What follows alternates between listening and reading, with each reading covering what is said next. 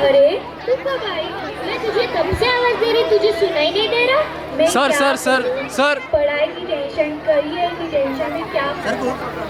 बस इतनी सी बात, मेरे पास एक मंत्र है। ताई ताई ताई वो दिल पर रखो और बोलो all is well. All is well?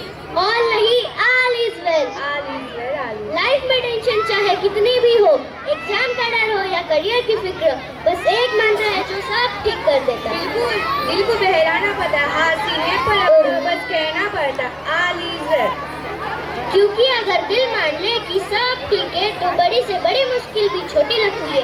तो चलिए सारी चिंताओं को भूलकर थोड़ा मुस्कुराते हैं।